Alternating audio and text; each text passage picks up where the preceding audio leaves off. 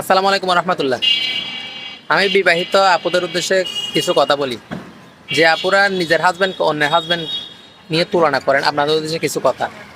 আরে আপনি যে নিজের হাজব্যান্ডকে আরেকজন হাজব্যান্ড নিয়ে তুলনা করেন, আপনার ফ্যামিলি তো দেখে শুনে আপনাকে বিয়ে দিছে, বা আপনি নিজে তো দেখে শুনে বিয়ে করছেন, তাইলে এখানে তুলনা করার তো প্রশ্নই উঠে না।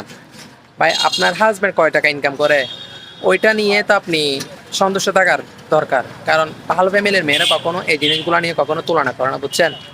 সো আপনি যদি ভালো ফ্যামিলির মেয়ে হন, তাহলে এই জিনিসগুলো কখনো তুলনা করবেন না। হয়তোবা আপনি যার সাথে তুলনা করতেছেন ওনার হাজব্যান্ড হয়তোবা ওই ওয়াইফকে যতটুকু দিচ্ছে, আপনার হাজব্যান্ড হয়তো আপনাকে তার সাথে বেশি দিচ্ছে। সো এইসব বিষয়গুলো নিয়ে কখনো কেউ তুলনা করবেন না। আপনাকে যতটুকু দিচ্ছে ততটুকুতে আপনি শুকরিয়া আদায় করার চেষ্টা করবেন। কারণ আল্লাহ তাআলা সব মানুষকে একটা রিজিক নির্ধারণ করে দিচ্ছে, এর বাইরে কেউ কখনো কিছু পাবে না, বুঝছেন?